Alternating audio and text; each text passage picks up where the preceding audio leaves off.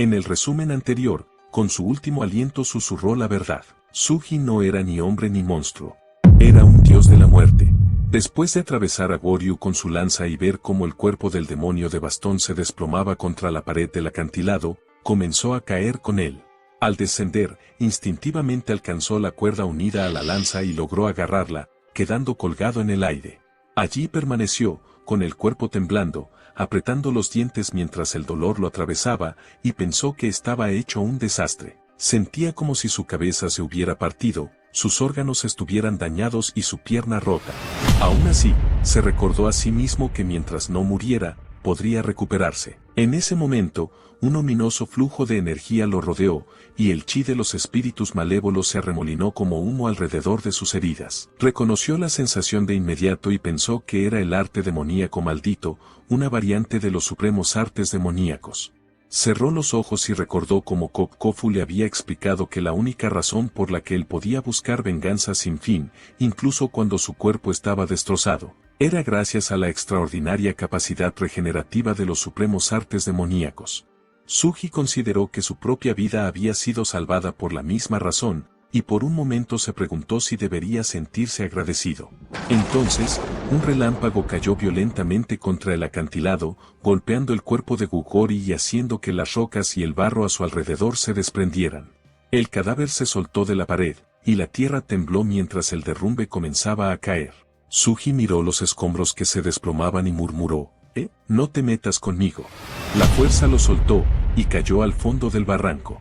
Lodo y piedras rotas llovieron sobre él mientras la intensa lluvia intensificaba el colapso. Cuando todo se asentó, la mitad de su cuerpo estaba enterrada bajo los escombros. Cerca, los espíritus malignos comenzaron a susurrar con voces crueles, burlándose de su estado y gritándole que muriera. Lo provocaban, repitiendo que debería ser enterrado vivo. Sus voces subieron hasta que, de repente, se detuvieron al aproximarse una nueva presencia. Todos los espíritus se volvieron y vieron el espíritu de Guyus avanzando tambaleante hacia Suji. Suji yacía de espaldas, exhausto, y encontró la mirada del espíritu mientras éste gruñía. Reconociéndolo, se dirigió a él por su título y nombre, llamándolo el demonio de bastón. El fantasma no se detuvo. Continuó gruñendo e intentó atacarlo con una versión etérea de su bastón. Repitió el nombre nuevamente, esta vez más fuerte, declarándolo con creciente autoridad. Cuando el espíritu se lanzó por última vez, Suji alzó la voz con firmeza y lo comandó, demonio de bastón Gubji. El ataque se detuvo a pocos centímetros de él. El espíritu chilló de agonía mientras su forma comenzaba a deshacerse, arrastrado violentamente hacia el cuerpo de Suji en un remolino de llama pálida y chi disperso. Cuando el espíritu desapareció por completo dentro de él, Suji se burló, comentando que un fantasma maldito que había alcanzado el pico de su poder tomaría un tiempo considerable en ser domado. Añadió que absorber tal espíritu serviría como el catalizador que necesitaba para pasar de la etapa de compresión a la etapa de permanencia. Con un gemido, se puso de pie nuevamente y dijo en voz baja que era hora de regresar.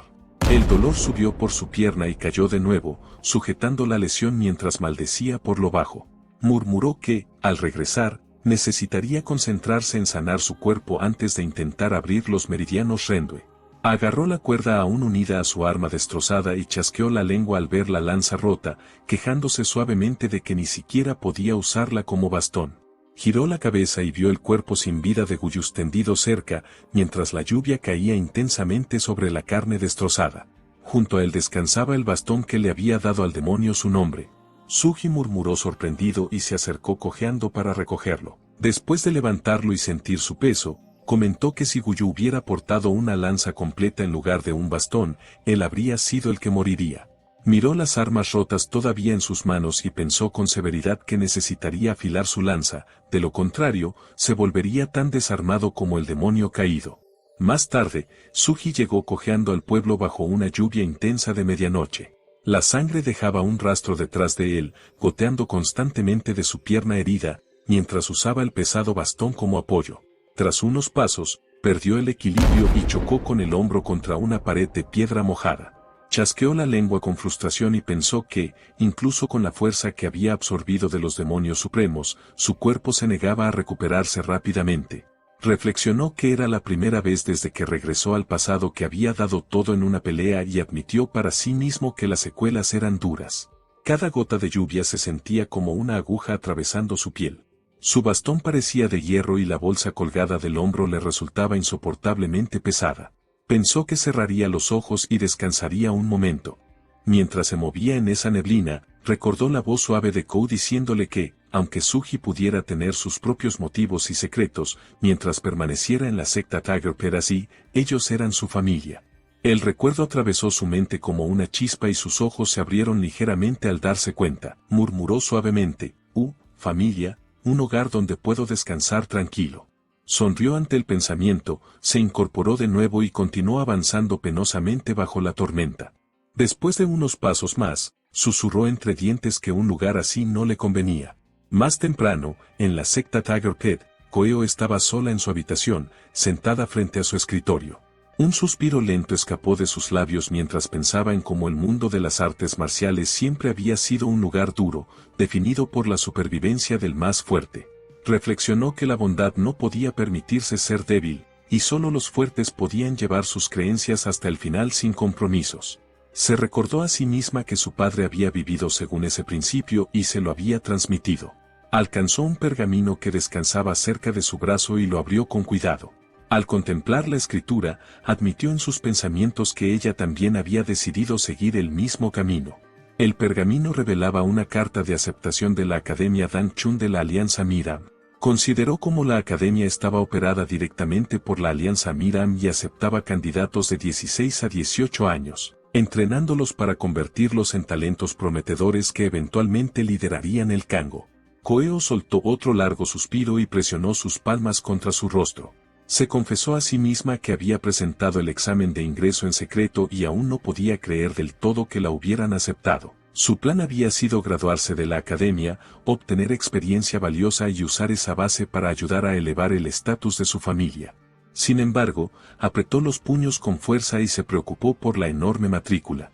Pensó que, si tan solo tuviera el dinero, todo sería más fácil. Un recuerdo de Guyu pidiendo dinero en el banquete surgió en su mente. Sacudió la cabeza con firmeza y se recordó que salvar a la gente de la secta Tiger Pet había sido más importante que cualquier otra cosa. Se prometió a sí misma que no lamentaría haber elegido sus vidas sobre la riqueza. Se levantó de la silla y abrió la ventana a su lado, dejando que el viento frío le acariciara el rostro. Exhaló de nuevo y comentó en voz alta que debería salir a tomar un poco de aire fresco, con la esperanza de sentirse mejor. En el presente, Koeo se encontró caminando por las calles bajo una intensa tormenta, guiando a su caballo bajo la lluvia. Murmuró que no se sentía mejor en absoluto y luego gritó con frustración, preguntando por qué el clima también la estaba atormentando. El caballo a su lado comenzó a saltar y sacudir la cabeza, lo que hizo que su temperamento se alterara aún más. Apretando los dientes, preguntó si su caballo, Bon, era el único que se divertía mientras ella estaba al borde de la desesperación. Un fuerte golpe resonó cerca, cortando la lluvia. Koeo frunció el ceño y preguntó qué era ese sonido. Dijo a Bon que debían ir a investigar. Al girar la esquina, vio instantáneamente el oscuro charco de sangre en el suelo. Su voz tembló mientras susurraba para sí misma, incapaz de comprender la cantidad que veía. Se preguntó quién podría haber perdido tanta sangre. Desde las sombras profundas al frente, Suji comenzó a acercarse lentamente. La tenue silueta de su figura solo se volvió visible cuando un relámpago iluminó la calle. Koeo retrocedió asustada y exigió saber si la figura era una persona o un fantasma. La voz de Suji respondió suavemente desde la oscuridad, diciendo solo que aparecía tal como era. Koeo asumió que eso significaba que era un fantasma y lo declaró en voz alta. Suji se miró brevemente confundido, pero sin ofrecer aclaración, se dio la vuelta para alejarse. Koeo se dio cuenta por su reacción de que era una persona viva. Lo llamó, gritando para que esperara. Sacó de sus pertenencias una pequeña bolsa y la lanzó cerca de sus pies. Explicó que era un ungüento para heridas, barato pero útil, y que si lo necesitaba, debía usarlo. Admitió que no sabía qué le había pasado y, aunque no podía involucrarse descuidadamente en conflictos marciales, no podía ignorar a alguien sufriendo frente a ella. Añadió que, si realmente no lo quería, podía desecharlo. Por un breve momento, Suji sonrió con cierto aire de diversión. Se agachó para recoger la bolsa y la examinó en silencio. Tras un momento de silencio, tomó la bolsa atada al bastón que llevaba y la balanceó ligeramente. Koeo se alarmó por su movimiento repentino y gritó nerviosa, preguntando por qué lo hacía. Suji lanzó el saco a sus pies e indicó con firmeza que lo colocara sobre el caballo. Al darse la vuelta y comenzar a alejarse nuevamente, ella lo llamó repetidamente, suplicando que se detuviera y explicara. Miró el saco por varios segundos, con la mente acelerada por su tamaño y el leve olor metálico mezclado con el agua de lluvia. Comenzó a temer lo que podría haber dentro. Se preguntó ansiosamente si contenía una cabeza cortada. Razonó que, si realmente era así, tendría la responsabilidad de reportarlo a las autoridades. Se agachó lentamente, extendiendo la mano con cautela mientras cerraba los ojos. Abrió el saco con cuidado, preparándose para algo horrible. Cuando finalmente miró, jadeó incrédula. Dentro estaban los fondos robados de la secta Tiger Pet, tomados por el demonio de bastón. Su respiración se detuvo al comprenderlo. Giró la cabeza hacia la dirección a la que Suji se había ido y lo vio justo doblando la siguiente esquina. Koeo corrió tras él, gritando que debía esperar y preguntando cómo había recuperado el dinero robado. Giró la esquina, esperando confrontarlo cara a cara, pero sus ojos se abrieron con asombro al no encontrar nada. Solo permanecía el charco de sangre junto con el saco a sus pies.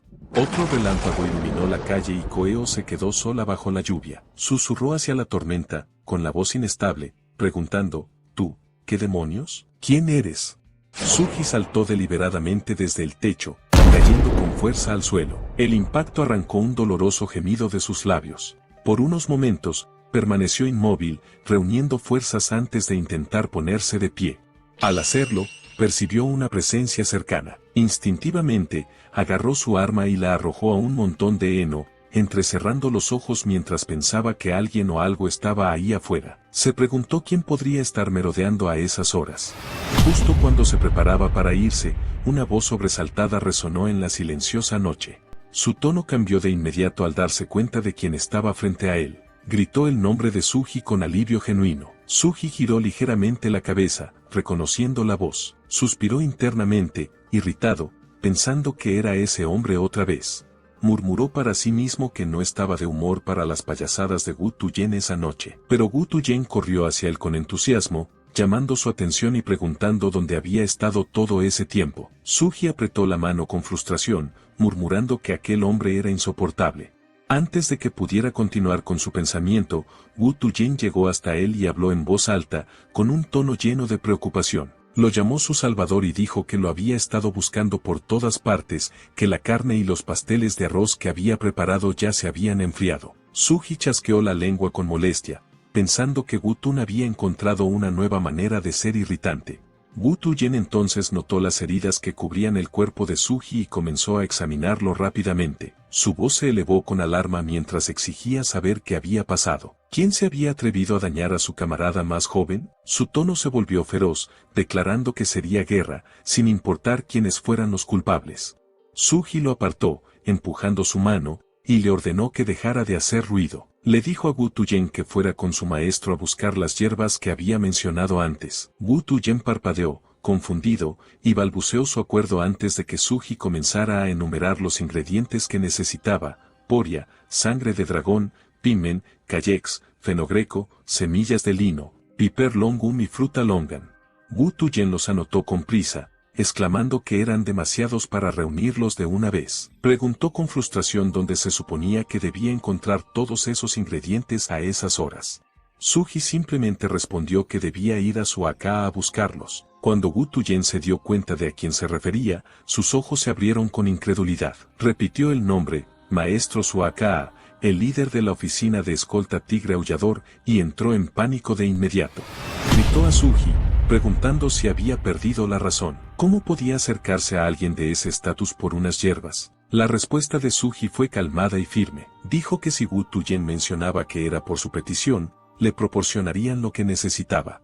Gu Tuyen apretó los puños con frustración, murmurando que no tenía sentido. Refunfuñó que ni siquiera podía golpearse a ese hombre terco.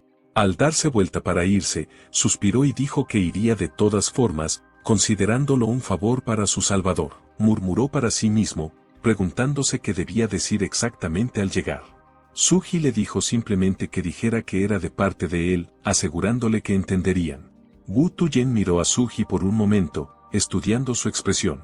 Tras unos segundos, murmuró que mejor diría que el maestro del establo lo enviaba en su lugar. Cuando desapareció por la esquina, Suji comenzó a circular el aire a su alrededor se volvió pesado mientras la energía cobraba vida. Evaluó su fuerza actual, notando que su rango demoníaco con el bastón estaba en el 10º escalón de la coraza ósea. Ante él, una enorme puerta roja comenzó a materializarse. La contempló solemnemente y murmuró que, para abrirla, necesitaría perforar su meridiano inmunológico y drenar su sangre, reemplazándola con el elixir espiritual. El proceso era peligroso, pero recordó que sus puntos de acupuntura ya habían estado completamente abiertos durante su batalla con el demonio del bastón. Se preguntó en silencio si quizá había perdido demasiada sangre. Entonces, al mirar hacia un espíritu que aún flotaba cerca, decidió que el elixir restante sería reemplazado por el alma del propio demonio del bastón. Su mirada se endureció al fijarse en el espíritu. El fantasma chilló de terror cuando Suji extendió la mano, agarrando la hebra de esencia espiritual. El espíritu luchó violentamente, gimiendo mientras Suji lo atraía hacia él. Momentos después, la resistencia desapareció y el espíritu fue absorbido por completo. Justo entonces, Wu Tuyen apareció en la esquina, llamando el nombre de Suji con asombro. Su voz temblaba mientras se acercaba, recordando las extrañas palabras que su Akaa le había dicho antes. Exigió saber quién era realmente Suji. Suji permaneció en silencio, tomó el saco de ingredientes y le dijo fríamente que guardara silencio. Wu Tuyen tartamudeó, sin saber cómo responder, y finalmente se quedó callado. Suji entró en una habitación cercana y dio sus instrucciones sin mirar atrás. Ordenó a Wu Tuyen que no dejara entrar a nadie hasta que él regresara y que, si algo salía mal, informara al maestro Yi. Wu Tuyen reaccionó con incredulidad, comenzando a protestar, pero finalmente permaneció en silencio mientras veía a Suji desaparecer dentro. Dentro de la habitación tenuemente iluminada, Suji se sentó y comenzó a meditar. Sus pensamientos se dirigieron al concepto de la magia. Reflexionó que, una vez que una persona superaba el meridiano del cráneo y alcanzaba la etapa de los principios duales, se volvía imposible distinguir si su poder provenía de la cultivación martial o de la propia magia. Pensó en Kok Kofu, fundador del camino del demonio lanza, y se preguntó qué habría sido de él. Tal vez todavía estaba siendo cazado por la Alianza Martial y la secta de las sombras, o quizá aún reinaba como general divino Martial de la secta demoníaca celestial. Suji se cuestionó si Kok Kofu podría estar por ahí buscando discípulos como él y Kako. Su mente divagó más, recordando un recuerdo de su pasado. Se vio a sí mismo caminando solo por un campo de batalla devastado. En esa visión, llegó al lugar donde su maestro había estado una vez. La enorme puerta roja apareció nuevamente ante él, y mientras se preparaba para abrirla, una voz familiar lo llamó. Koeo estaba detrás de él, preguntando si realmente se marchaba. Lanzó una papa hacia Suji, quien la atrapó sin esfuerzo. Koeo esbozó una leve sonrisa y le dio un adiós, llamándolo hermano. Mientras la enorme puerta se abría con un chirrido, Suji sonrió levemente en respuesta y susurró que su hermano debía mantenerse bien. Una luz cegadora lo envolvió y el recuerdo se desvaneció. Suji despertó repentinamente sobre el heno donde había estado descansando. Exhalando profundamente, murmuró para sí mismo, preguntándose si su intento había tenido éxito. Se incorporó, mirando hacia la puerta, y comentó que el flojo cegaramente había estado vigilando afuera. Al abrir la puerta, encontró a Wu Tuyen dormido en el suelo. La puerta empujó su cabeza, despertándolo abruptamente. El hedor de impureza se adhería fuertemente al cuerpo de Suji. Wu Tuyen se apartó y gritó preocupado, preguntando si Suji estaba bien antes de vomitar ante el olor fétido que emanaba de la habitación. Mientras Suji se alejaba, el sonido de hojas cayendo llenaba la silenciosa noche. Sus pensamientos se volvieron hacia su interior nuevamente. Reflexionó que había alcanzado el nivel superior de los pasos Li Yun, la etapa perfeccionada definitiva reconocida por todas las familias Martial. La preparación estaba completa y ahora su siguiente objetivo lo esperaba. Saltó hacia arriba, pisando ligeramente las hojas que flotaban mientras ascendía en el aire. El chi oscuro giraba a su alrededor, formando un par de alas etéreas. Mirando hacia la ciudad abajo, sus ojos se endurecieron. murmuró que su próximo objetivo de venganza, después del jefe del clan Xiao, sería la secta Black Dao, la facción derrotada de Anbi y uno de los pináculos de las 5 grandes familias. A medida que su ira se intensificaba y el aire nocturno temblaba, pronunció en voz baja el nombre final, el clan Namong. Dentro de la secta Tiger Pet, Koenan estaba sentado con su esposa, Shan, compartiendo una bebida tranquila. Al mencionar que la familia Namong había extendido una invitación, comentó que ese año celebraban el gran banquete antes de lo habitual. Saji preguntó de inmediato por qué, de todos, ellos habían sido invitados a un encuentro dominado por las grandes sectas ortodoxas de Hanoi. Kenan explicó que la familia Zhou, también conocida como la familia Xiao, los representantes oficiales de Gorhan, había desaparecido, y parecía que su secta había sido seleccionada como reemplazo. Xian sirvió otra copa y murmuró, aunque fueron inocentes en todo esto, difícilmente podrían esperar un trato cálido de los demás. Kinen asintió, agregando con seriedad que en el mundo de las artes marciales solo prevalece la lógica del poder. La debilidad atrae el sufrimiento, sin importar la justicia, y ante la imponente presencia de la familia Namong, ellos no eran más que piedras al pie de una montaña. Antes de que pudiera continuar, Sajian lo interrumpió suavemente, aconsejándole no darle demasiadas vueltas y recordándole la reciente noticia. Namong Yule, la preciosa hija de la familia que se había inscrito en la Academia Dongchun, regresaba a casa. Los ojos de Kenan se iluminaron. Ah, ¿te refieres a la flor de espada, Lady Namong Yule? Sajian confirmó y agregó que, entre los círculos de esposas, los rumores decían que el verdadero propósito del banquete era exhibir a su hija públicamente, para presumir y señalar que estaba lista para alianzas. Koenan echó la cabeza hacia atrás y rió en su copa. Me alegraría que fuera así. Puedo escuchar a un hombre alardear de su hija todo el día. Depositó la copa y añadió más seriamente que, en verdad, su propia hija no era en absoluto inferior a Lady Namong. Sajian parpadeó. Cariño, ¿por qué dirías eso? Koenan respondió simplemente, es la verdad. Koeo no carecía de belleza, talento ni carácter. Lo único que le faltaba, admitió con amarga quietud, eran padres dignos. Suspiró, confesando que como padre se sentía avergonzado y que necesitaba impulsarla antes de que fuera demasiado tarde. Justo cuando terminó su bebida, una voz fuerte irrumpió desde la puerta. Papá, mamá. Kou llegó jadeando, urgente, gritando mientras corría hacia ellos.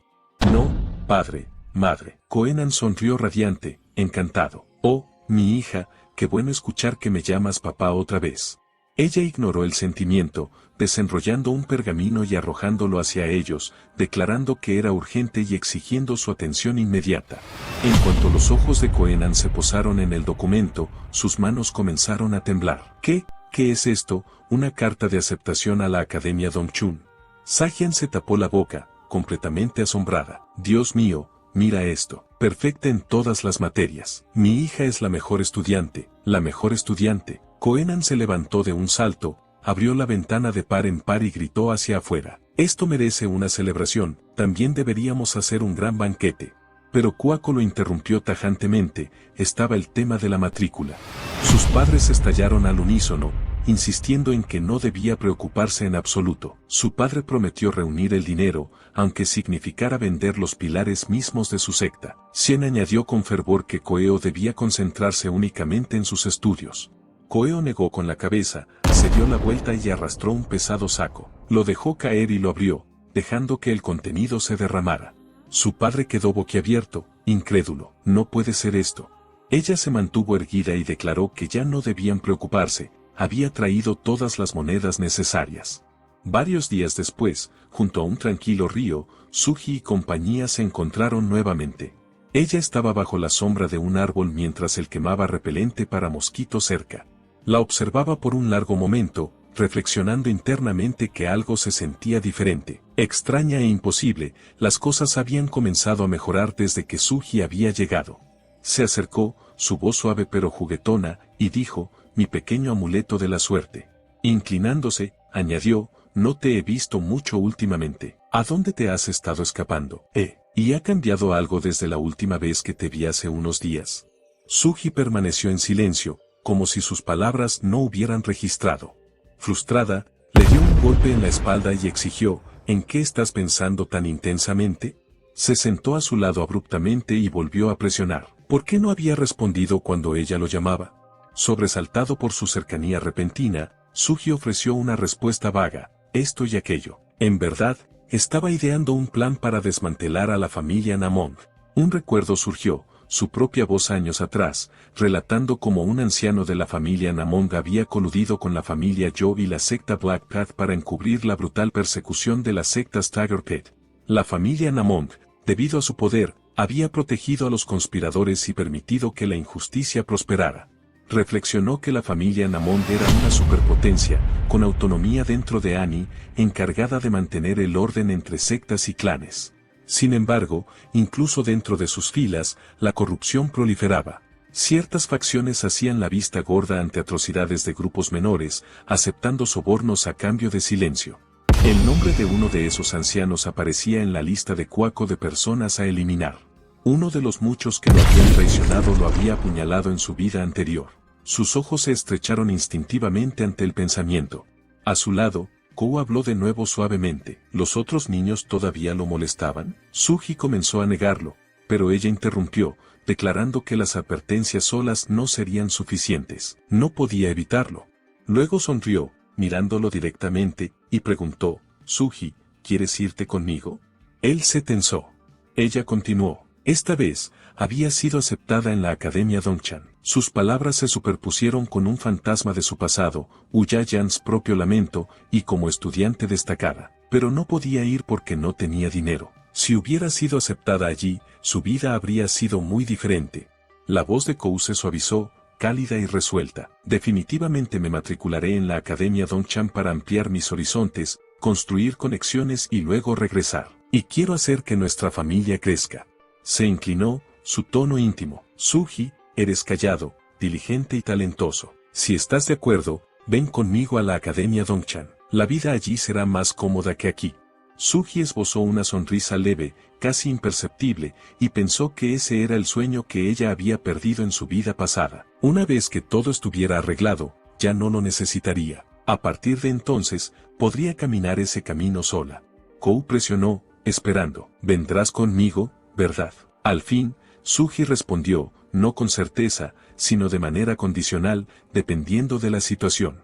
Ella dio un paso atrás, cruzó los brazos y bromeó. ¿Qué? ¿Haciendo al difícil? Entonces tomaré eso como un sí por ahora. Añadió que la Academia Dongchan estaba lejos, así que si tenía asuntos pendientes, deudas u obligaciones, debía resolverlos de antemano, y preguntó con firmeza, «Seguramente no le debes dinero a nadie». Sugi bajó la mirada, atendiendo el fuego, y respondió en voz baja, «Tengo algunas deudas que cobrar». Los ojos de Kou se agrandaron. ¿Deudas? ¿Tienes deudas? Tomó su brazo, su voz subió con feroz protección. Entonces tienes que encargarte de ellas. Cobra todo lo que te deben. Sin esperar respuesta, ella giró y se dirigió hacia su caballo, gritando por encima del hombro, «No, vamos, yo los cobraré todos por ti». Sugi se levantó lentamente, observando su figura alejarse, y murmuró apenas audible para sí mismo, «No importa que, una deuda debe cobrarse». Su expresión se ensombreció, sus labios se curvaron en una amplia y escalofriante sonrisa mientras susurraba, «Cada última moneda, cada última gota de sangre, todo». Pasaron unos días y la finca de la familia Namong se volvió animada a medida que los invitados llegaban para asistir al gran banquete.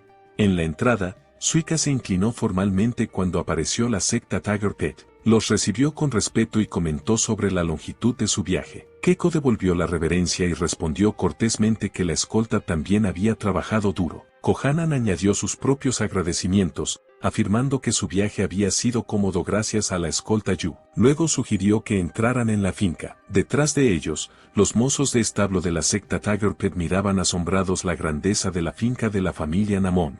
Los caminos de mármol, los pilares ornamentados y los extensos jardines parecían extenderse infinitamente ante ellos. Los ojos de Wu Jian se abrieron de par en par ante la maravilla mientras murmuraba, «Así es la familia Namong. Es tan grande y hermosa, y todos son tan guapos y lindas». De repente, voces fuertes y emocionadas de jóvenes mujeres llamaron su atención. Varias chicas se adelantaron, rodeando a Sugi y bombardeándolo con preguntas. Querían saber de dónde venía, si trabajaba solo y cuántos años tenía. Admiraban su rostro apuesto, comentaban sobre sus brazos fuertes e incluso ofrecían secarle el sudor del cuervo. Sugi pensó para sí mismo que su comportamiento era molesto. Los mozos de establo, observando con envidia desde la distancia, sentían cómo surgía la amargura. Susurraban que él era grosero y lo llamaban idiota. Uno recordó a los demás que habían acordado ser amables con Sugi, haciendo que Guyen gimiera y admitiera que simplemente no podía evitarlo. Cuando Sugi finalmente notó que lo estaban observando, uno de los chicos entró en pánico y señaló que los había visto. Al instante, Sugi desapareció de la multitud de chicas y reapareció frente a los mozos de establo. Colocó firmemente su mano sobre el hombro de Guyen y le habló en voz baja, diciéndole que dejaría el resto en sus manos. Guyen parpadeó confundido y lo llamó, pero Sugi ya había desaparecido nuevamente. Las chicas, decepcionadas, lo miraron con enfado y exigieron saber a dónde había ido el apuesto joven, intentando rescatar la situación. Guyen las animó torpemente, señalándose a sí mismo y tratando de sonar encantador, pero su voz se quebró. Las chicas lo miraron con desdén y se alejaron mientras insultaban el encuentro. Después de que se marcharon, Guyen permaneció en silencio, mirando al suelo. Una lágrima rodó por su mejilla mientras murmuraba el nombre de Sugi y lo llamaba idiota. Más tarde esa tarde, en los establos, Sugi observaba desde el techo de un carruaje mientras un severo capataz gritaba órdenes. El hombre reprendía a los mozos de establo y les recordaba que el banquete comenzaría pronto, llamándolos vagos. Balanceaba un palo violentamente y golpeaba a uno de ellos repetidas veces, mientras sarcásticamente preguntaba si el chico había perdido la cabeza. Lo reprendía por el precio de la carne que transportaba e insultaba su valía. El chico se encogió y gritó pidiendo ayuda. Después de escupirle, el capataz se quejó de estar ocupado y luego le pateó la cabeza. Ordenó al joven que preparara el sacrificio para la ceremonia del juramento de sangre y preguntó si se había manejado correctamente. El nuevo mozo se inclinó y explicó que había traído el sacrificio sin drenar su sangre, tal como se le había indicado. Sin embargo, admitió con vacilación que había un problema. El rostro del capataz se torció de furia mientras exigía saber qué problema podría existir. El mozo de establo explicó que el lobo que habían capturado era tan grande que les resultaba difícil moverlo. El capataz volvió a agitar su bastón y gritó que deberían haber agarrado a cualquiera que estuviera disponible para ayudar. Aterrorizado, el chico salió corriendo a llamar a los demás. El capataz hizo un clic con la lengua y murmuró que eran inútiles.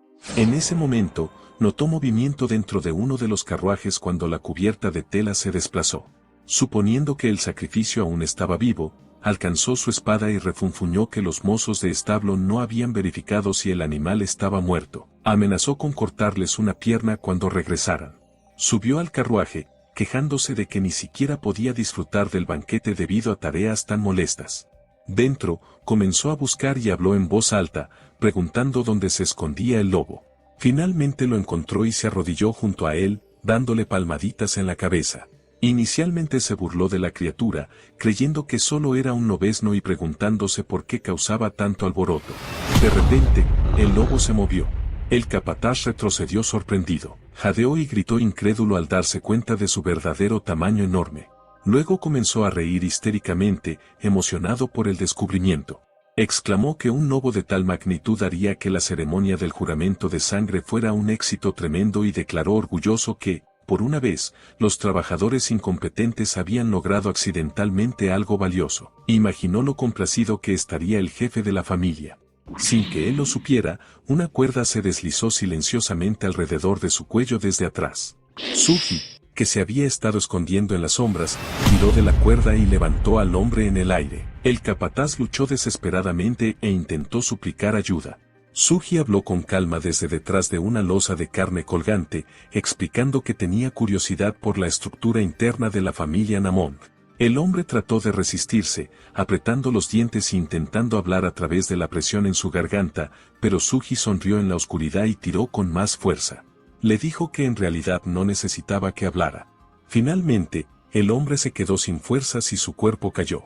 Un momento después, su espíritu emergió junto al cadáver. Sugi soltó la cuerda, agarró el espíritu por la cabeza y miró fríamente al cuerpo caído. Comentó que un hombre muerto era más honesto que uno vivo. Fuera del carruaje, resonaban voces fuertes. Varios mozos de establo de la familia Namong arrastraban a los mozos de la secta Tigerpet por el patio, exigiendo su ayuda. Wu Tuyen luchaba contra el agarre y gritaba insistentemente que no eran miembros de la familia Namong. Identificó a su grupo en voz alta como la secta Tigerpet. El mozo de Namong se disculpó profusamente y prometió que les daría carne y comida más tarde si ayudaban a mover un solo lobo. Wu Yen lo empujó, molesto por la exigencia. Mientras el mozo de Namong miraba alrededor y se preguntaba en voz alta dónde había ido cierto guerrero, se topó con otro mozo de Namong que inmediatamente lo reprendió por quedarse parado. El chico entró en pánico y accedió rápidamente.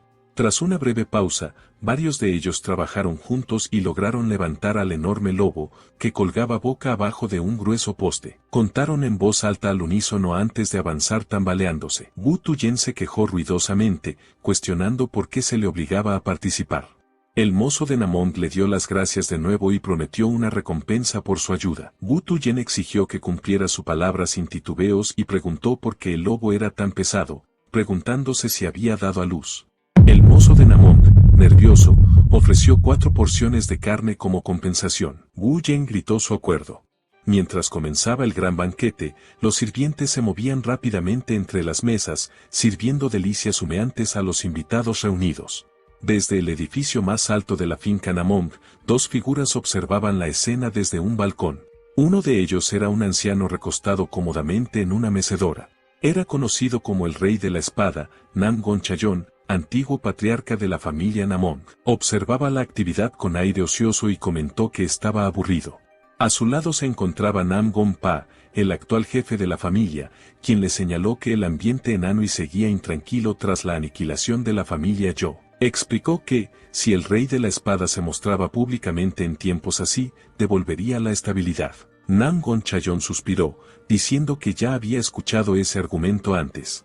Namgon Pa insistió, recordando que la familia Zhou era una rama colateral de los Namong, dirigida por Zhou Yong-ha, un pariente lejano de Namong Pan-sang, todavía una figura respetada en el Consejo de Ancianos.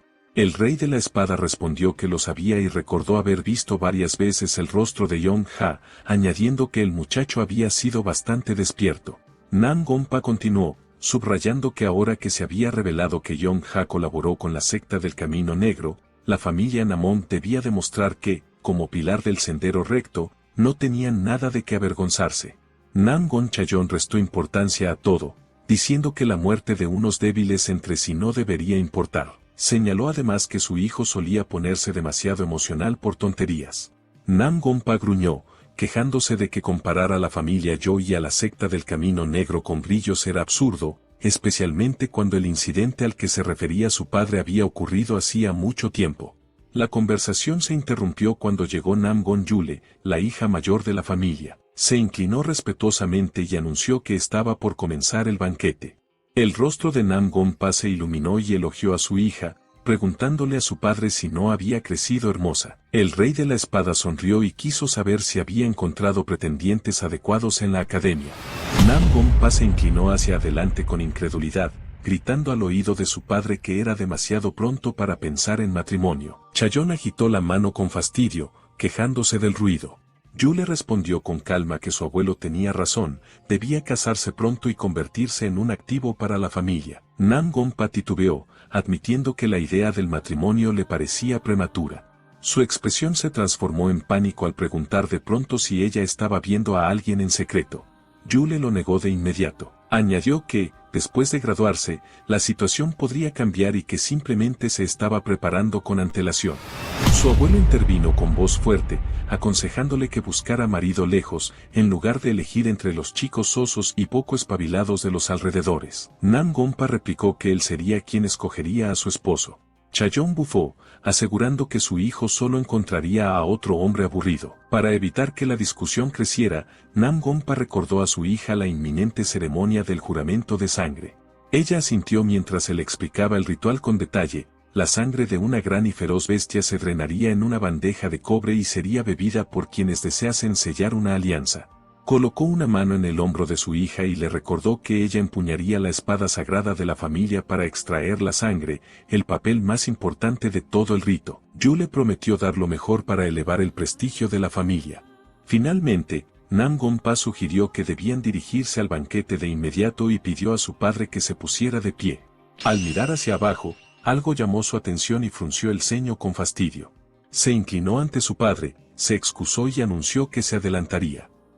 Antes de entrar por la puerta, se volvió hacia su hija y le advirtió con firmeza que no podía permitir que nadie le arrebatara la espada. Confundida, Namong Yu le miró su arma sagrada y murmuró suavemente, preguntándose por qué algo así llegaría a ocurrir. Más temprano, en el nivel del banquete, la llegada de la secta Foso del Tigre había llamado la atención. Un invitado, mirando hacia ellos, murmuró que esta vez debían haber sido invitados en lugar de la familia Yo. Él había supuesto que la secta Foso del Tigre era la responsable de eliminar a la familia Yo y a la secta del Camino Negro, pero verlos allí sugería lo contrario. Otro hombre sentado cerca lo reprendió, diciéndole que hablara con sensatez. La secta no tenía ni dinero ni poder para haber destruido a la familia Yo o al Camino Negro. Ambos estallaron en carcajadas. Keenan apretó los puños con fuerza al oír sus burlas, su enojo claramente visible. Koeo se dio cuenta de la expresión de su padre y susurró una preocupación casi inaudible. De pronto, una voz alegre resonó detrás de ellos, preguntando por qué todos parecían tan sombríos. Keenan y su hija se giraron para encontrarse con un anciano que acariciaba su larga barba con diversión. Preguntó en tono retórico si estaban descontentos con los términos del juramento, asegurando que él había trabajado mucho en ellos. Los invitados del salón lo miraron con sonrisas forzadas, alabándolo y expresando alivio por estar bajo la protección de los Namong. Aquel hombre era Namong Pansang, el anciano del Palacio de Fuego de la familia Namong. Las condiciones del juramento que él había redactado estipulaban que todas las organizaciones rectas reunidas quedarían bajo la familia Namong, que recibirían parte de sus artes secretas y que cada organización pagaría cuotas de protección cada trimestre. Aunque todos sonreían en público, por dentro lo maldecían como al viejo zorro avaro y astuto que era. Alguien exclamó en voz alta lo increíble que era ser elegido para aprender las artes secretas de los Namong, riéndose de sus propias palabras. Pan Sang sonrió con aprobación y luego se volvió hacia la secta Foso del Tigre. Preguntó en tono de burla si ese era el líder del que se rumoreaba. Keenan y su hija hicieron una reverencia respetuosa, y él respondió que era un honor conocerlo. Pan Sang soltó una carcajada y apoyó con fuerza una mano en el hombro de Keenan, insistiendo en que no había necesidad de formalidades, pues se verían a menudo. Mencionó que el incidente con la familia Yo había sido lamentable y apretó aún más su mano en su hombro. Un destello de energía espiritual acompañó su burla mientras repetía que él no había acusado a nadie de nada. Aclaró que los había invitado precisamente porque confiaba en ellos. Con una sonrisa amarga, señaló que el juramento de sangre sería una buena oportunidad para la secta, y que cuando aprendieran las artes secretas de espada de los Namong crecerían hasta poder pagar las cuotas de protección sin dificultad, incluso con ganancias. Su mirada se deslizó hacia Koeo, y añadió de forma cruel que, dado que su compromiso anterior se había desmoronado, quizá le iría mejor convirtiéndose en concubina de un hombre poderoso y mayor. Sugirió que ese tipo de arreglo se había vuelto popular entre los jóvenes, afirmando que era preferible a convertirse en esposa oficial de un muchacho incompetente. Alzó la mano hacia su pecho, extendiendo los dedos en dirección indebida. Antes de que pudiera tocarla, una voz severa cortó el aire como una cuchilla. ¿Qué estás haciendo ahí? Nam Gumpa apareció, liberando su propia energía espiritual, que dispersó al instante la presión que Pan Sang ejercía. Este retrocedió tambaleándose y lo saludó con formalidad. Por dentro, chasqueó la lengua, malhumorado por la interrupción del jefe de familia, a quien consideraba un aguafiestas. En voz alta fingió calma, asegurando que no era nada importante, solo una breve conversación al reconocer una cara conocida. Nam Gumpa lo miró desde arriba con una frialdad que helaba y le dejó claro que él decidiría que era importante. Exigió de nuevo que dijera qué había ocurrido. Pan Sang respondió con una carcajada frenética. Comentó que el jefe de familia parecía nervioso justo antes del gran evento y añadió en voz alta que la muchacha había tenido dudas sobre el juramento y él solo le había dado unos consejos, pidiéndole a Kohanon que lo confirmara. Kohanon se inclinó y balbuceó que era cierto. Pan Sang aseguró a Nam Gumpa que todo había sido inofensivo y se despidió con cortesía. Al pasar junto a Kohanon, le susurró que ya tendrían otra ocasión para continuar la conversación que habían dejado pendiente. Cuando por fin se marchó, Nam Gumpa soltó un largo suspiro de alivio. Se disculpó sinceramente por la grosería del anciano. Kohanon intentó restar importancia al asunto, pero Namgunpa insistió en que estaban destinados a convertirse en aliados fuertes y que la decencia obligaba a ofrecer disculpas. Luego se volvió hacia Koeo y se inclinó, excusándose por los comentarios inapropiados de Pan Sang. Ella respondió con otra inclinación y aseguró que se encontraba bien. Namongpa la observó en silencio un momento, recordando que había obtenido el primer lugar en el examen de ingreso de la Academia de Onchinan. Concluyó que tenía fundamentos excelentes y que quizás se volvería una rival y una amiga digna para su propia hija. Le dio las gracias en voz alta y alzó la vista, calculando el tiempo. Justo entonces, Namgon-yu le apareció detrás de él y anunció su llegada. Namgunpa la presentó a Koeo, pidiendo que se saludaran. Ambas se inclinaron y pronunciaron sus nombres con respeto.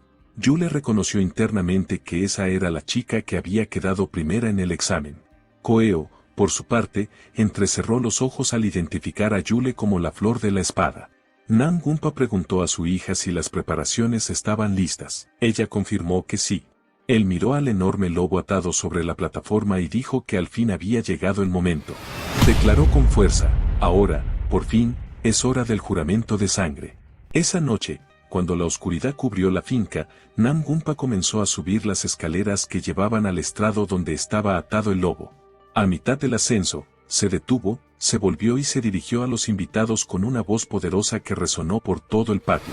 Agradeció sinceramente a todos los camaradas heroicos de la provincia de Ani que se habían reunido para la ocasión.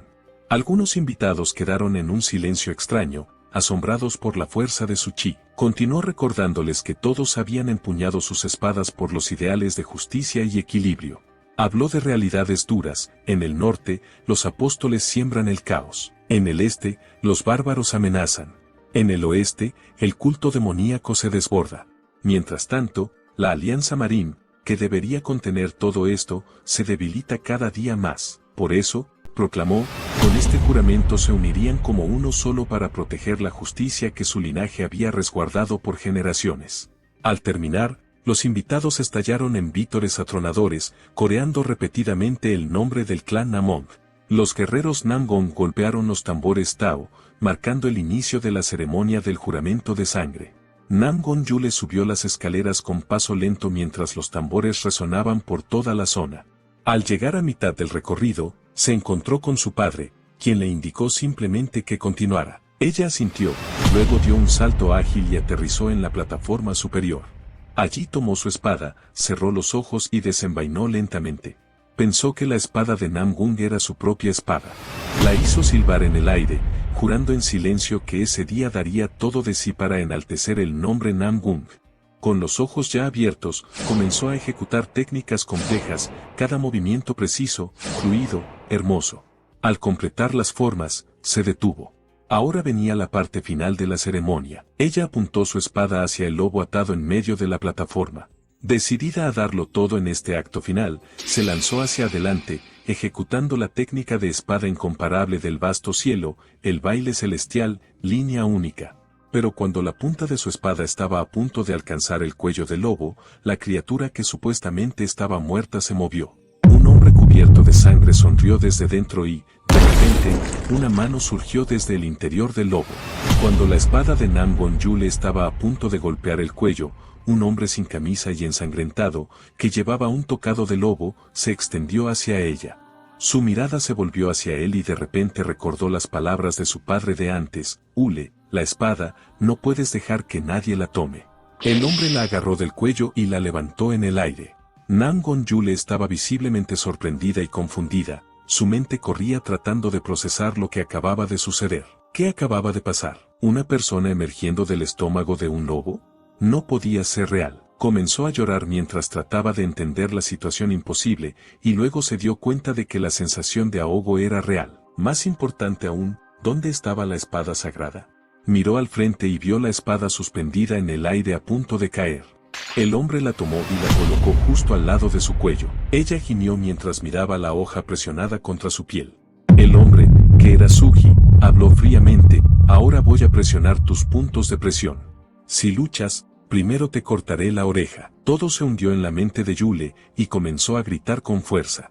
Su padre, que había estado bajando las escaleras, inmediatamente giró la cabeza al escuchar el grito. Los guerreros abajo comenzaron a preguntar qué había pasado, algunos insistiendo en que habían visto a una persona salir del lobo, mientras otros lo descartaban como simple desangrado. Pero Namgumpa concentró su chi y subió corriendo, sintiendo que la energía de Yule estaba dispersa y preguntándose qué demonios había ocurrido allá arriba. De repente, la vaina de la espada de su hija cayó por las escaleras y de inmediato la reconoció como la vaina de la espada sagrada. Entonces, una voz fuerte resonó desde la plataforma: «Escuchen, bastardos del clan Namong». Al mirar hacia arriba, Namgumpa vio a su hija tomada como rehén y gritó su nombre horrorizado. Llamó a Suji un bastardo asesino y exigió que liberara a su hija de inmediato. Suji comenzó a hablar, diciendo que tenía 2 demandas, pero Namgumpa lo interrumpió, gritando que debía soltar a su hija primero. De repente, alguien apareció justo al lado de Namgumpa y le dijo que se callara un momento porque no podía escuchar lo que Suji decía. Era Namgon Chillan. Namgumpa le gritó a su padre, pero Namgon Chillan habló con calma, aconsejándole que no actuara de manera precipitada. Señaló que, incluso después de heredar la posición de jefe de la familia, todavía no había corregido ese hábito. Si Suji hubiera querido matarla, lo habría hecho de inmediato. Debía querer algo, por eso estaba allá arriba. Suji sonrió y elogió la astucia del anciano. Namgon Chillan le dio las gracias. Suji luego se inclinó hacia Yule y advirtió que si alguien intentaba interrumpirlo nuevamente, cortaría el cuello de la chica primero. Namgumpa apretó los dientes mientras lo miraba furioso. Suji continuó hablando: como dije antes, tengo 2 demandas. Primero, el juramento de sangre de hoy queda anulado porque es injusto. El clan Namong, conocido como el gran pilar de la facción justa, está participando en un contrato tan bajo e injusto. Por eso, la gran causa no puede sostenerse. Segundo, quien haya creado este tratado debe ser eliminado. Si envían a esa persona al altar, liberaré a esta chica sin un solo rasguño. Namgumpa levantó la mano, pidiendo permiso para hablar. Suji asintió. Namgumpa dijo que el tratado sería revisado de manera justa, pero que matar al creador del tratado no era aceptable. Antes de que pudiera terminar, Suji lo interrumpió con una sonrisa y sugirió que, antes de que Namgumpa dijera que no era aceptable, debería pedir primero su opinión. Abajo, Namgumpa dio un paso adelante y le gritó a Suji, llamándolo demonio y preguntándole si pensaba que el clan Namong se dejaría convencer por su astuta labia. Suji respondió fríamente que, si Pan subía, liberaría a la mujer ilesa. Pan San gritó de nuevo, llamando a Suji un loco y acusándolo de planear un intercambio de rehenes donde sellaría sus artes marciales, calificándolo de absurdo. Suji habló en voz alta, confundido. ¿Cuándo dije que tenías que sellar tus artes marciales? Pan se sorprendió, preguntando qué acababa de decir. Suji respondió que no tenía que sellar sus artes marciales porque podía simplemente matarlo. Le dijo a Pangen que dejara de decir tonterías y subiera allí, llamándolo serpiente. En cuanto oye esto, Peng Saeng empieza a decirle a Baetia que él irá al altar y traerá de vuelta a Yul. Al escucharlo, la gente comienza a murmurar entre sí: ¿de verdad el Elder va a subir? Otro responde: sí, debe subir, su sobrina está en peligro. Namgon, en su mente, piensa que no puede caer en las palabras de ese demonio, pero al mismo tiempo, por otro lado, si él tiene que seguir siendo Elder toda su vida. De inmediato gira la cabeza, mira a Peng Saeg y dice: sí, sube. Wan Saeg también se sorprende al oírlo y piensa: este loco es nuestro clan Han. Dije que subiría, pero tomar una decisión así sin ningún plan, ¿de verdad será buena idea subir así? ¿Será correcto para mí? Cuando los demás escuchan esto, murmuran que él está arriesgando la vida para salvar a su sobrina, que se juega todo. Me da mucha pena el que tenga que enfrentarse al Elder Namgon, comentan. Por otro lado, Pagan piensa para sí: estos idiotas no saben lo que estoy pasando. Mientras piensa eso, oye una voz a un lado: tú, Paksang, maldito. Es Namgon Chun, que grita: ¿hasta cuándo vas a hacer esperar a este viejo? Sube ahora mismo. Paksang, nervioso, corre hacia arriba. Namgon Chun libera su aura y dice que hace mucho que no se divertía así. Por su parte, Pan Senji se altera aún más y piensa: maldita sea, pensar que hay alguien que está jugando conmigo y nadie sabe nada de él. Y ahora hemos llegado al punto en que ni yo sé nada sobre él. Mientras piensa eso, Pan San ya había llegado a la parte superior del altar, donde enfrente estaba Suji con Yul. En cuanto Pan Sang lo ve, piensa, sé que lleva puesta la piel de un lobo, pero aún así no está del todo maduro. Si no es alguien que haya usado la técnica de inversión de edad, lo mataré con mis propias manos. Suji también lo mira fijamente y piensa, finalmente, Pak Sang, nos encontramos. Tú eres el primero en mi lista, porque pertenecías al clan Joyoung. Permitiste que el Ojeon Sect fuera destruido sin investigar nada, y, para evitar futuros problemas, perseguiste a Hou Yongja, lo heriste y lo dejaste tirado. Más tarde, cuando maté a Hongan del Fad Danam Code, colocaste a todos los de Murin detrás de mí, me declaraste enemigo de Murin. Después de esto, Suji le dice a Pengaeng, he oído que tú fuiste quien ordenó capturar a estos lobos y traerlos aquí, ¿es verdad? Peng Saeng responde con evasivas. Suji continúa, con capturar solo a la madre lobo era suficiente. Entonces, ¿por qué atraparon también a la cría? Kan dice, ¿acaso importa? A especies peligrosas hay que exterminarlas por completo desde el principio. Si lo dejamos vivir, en el futuro será una amenaza para la humanidad. Suji responde, sí, lo sé. Por dentro, piensa que su comportamiento no ha cambiado en absoluto, que en su vida pasada y en esta no puede tolerar compartir el mismo cielo con alguien así. Suji mira a la madre lobo y dice, perdóname por tener que hacer esto contigo. Pero a cambio, me aseguraré de enviar a este viejo serpiente directo al infierno. En cuanto acaba de decirlo, golpea primero el cuello de Yul, haciendo que se incline hacia abajo. Ella le dice, ¿de verdad crees que dentro del clan Namgon puedes hacer todo esto? Y después de hacerlo, ¿crees que podrás salir de aquí con vida? Suji responde, sí, puedo hacerlo, y de inmediato comienza a acercarlo hacia sí. Todos los miembros del clan Namgon se sorprenden al ver esto, y al siguiente instante Suji besa a Yul. Tan pronto como aparta sus labios de los de ella, Yul comienza a sentirse muy mal, porque Suji había introducido su sangre en su boca. Todos ya sabían que la sangre de un Wonhua funciona como un veneno para otros artistas marciales. Yul cae al suelo. Suji, al verla, dice, realmente haces mucho ruido. Nam Gunpi, al ver esto, grita, ¿qué estás haciendo? Esto no formaba parte de nuestro trato. Suji responde, no la he lastimado. Según nuestro acuerdo, solo le di un poco de veneno. Así que puedes decir que no rompí mi promesa, y de inmediato toma a Yul y la deja caer al suelo. Gonpi también dirige su atención hacia Yul, que estaba cayendo del altar. Corre rápidamente hacia ella para salvarla y la toma en sus brazos. Al revisarla, dice, su energía interna está completamente dispersa. Parece que ese veneno que le dio ese chico, es un veneno que dispersa la energía. ¿Qué tipo de veneno es este del que no sé nada? ¿Quién es este demonio? Grita a todos, rápido, traigan un médico. Además, dice, atrapada a ese demonio, y todos responden afirmativamente, corriendo para capturar a Suji. Por otro lado, Suji saca un frasco y muestra a los del clan Namgon, este es el antídoto. Si alguien se atreve a poner un pie en este altar, o si tú, Namgon Pensang, intentas huir, me aseguraré de romper este sello de inmediato. Al oír esto, todos se detienen. Después, Suji saca algo del interior del lobo, es el báculo del demonio del dinero de las facciones no ortodoxas. Pan Sang se sorprende y piensa, ¿qué hace esto en tus manos? Pero Suji avanza para atacarlo, diciendo, no necesitas saberlo. Pan Sang, al verlo, intenta esquivar, pensando, este maldito está atacando sin advertencia. El ataque de Suji golpea el suelo, pero Pan Sang logra esquivarlo y observa cómo Suji destruye el altar de un solo golpe. Su ataque zigzaguea entre los escombros y Pan Sang se da cuenta, ahora entiendo quién eres, destruiste 2 sets completos con un solo ataque. Y ataca con su espada, la misma que Yul usaría, hiriendo el hombro de Suji. Inmediatamente deja su lanza y saca 2 dagas para atacar a Pan Sang. Una de las dagas lo golpea en la mano sin que Pan Sang se dé cuenta, haciéndole daño. Él gira la espada para atacar de nuevo, pero Suji esquiva y saca su martillo, atacando directamente a Pan Sang, quien retrocede para esquivar. Pan Sang dice, ¿de verdad crees que podrás atacarme por la espalda tan fácilmente?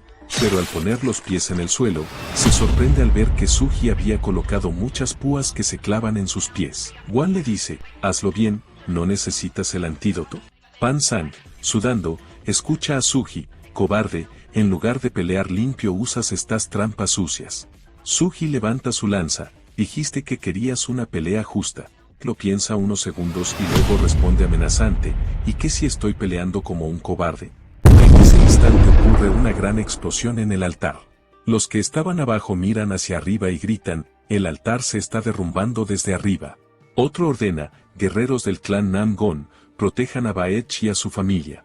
Y de inmediato todos rodean a Nam-gon-pi para resguardarlo. Otros se acercan a Nam-gon-chun, pero él levanta la mano indicando que se mantengan alejados mientras mira hacia arriba. Dice, es extraño pensar que un niño tan pequeño conozca un arte marcial de este nivel, y, además, ¿qué es eso del Flitterbes? Volvemos a Panseng, que aprieta los dientes y dice, esto es bastante divertido, ¿de verdad crees que con trampitas tan simples voy a caer en tus redes, mocoso arrogante? Y se lanza directamente a atacar a Sugi. Sugi observa el ataque aproximándose y dice, ya te lo dije antes, para derrotarte no necesito toda mi fuerza. Gira su mano y con ese movimiento el ataque de Panseng se detiene a mitad de camino. Panseng, sorprendido, piensa, este tipo está completamente loco. Su arte marcial es profunda, pero su forma de pelear es tosca. ¿De dónde salió alguien así? ¿Qué tiene específicamente contra mí? Y, peor aún, si no mato a este desgraciado hoy, será él quien me mate a mí. Continúa atacando repetidamente. Sugi esquiva sus ataques, toma otra vez su lanza y debe realizar el movimiento Lazy Donkey Roll, que en las artes marciales es considerado un movimiento inútil. Panseng ataca y dice, un verdadero artista marcial jamás haría esa técnica, pero sabía que tú sí la harías. Su ataque hiere nuevamente el hombro de Sugi. Del lugar donde fue herido, Sugi deja salir sangre y luego la lanza hacia Panseng. Las gotas de sangre se vuelven filosas. Panseng, viéndolo, grita, maldito seas, muérete de una vez. Pero justo en ese instante ocurre una gran explosión delante de él. Antes de que pueda reaccionar, la mano de Sugi ya está en su garganta y una gota de la sangre de Sugi cae directamente en la boca de Panseng, que comienza a empeorar al instante. Cuando me envenenó, piensa, desesperado. Los que están abajo escuchan su grito. Es la voz del Elder, dicen, aunque no pueden ver nada debido al humo. Nam-gon, sentado entre ellos, murmura, solo un poco más. El humo empieza a disiparse y alguien grita, el humo se está aclarando, ¿estará bien el Elder? Arriba, vemos los pies de Sugi. Él mira al frente y dice, aunque sea lo que sea, sigue siendo un Elder del clan Nam-gon, aún es peligroso. Frente a él está Panseng, arrodillado, tosiendo.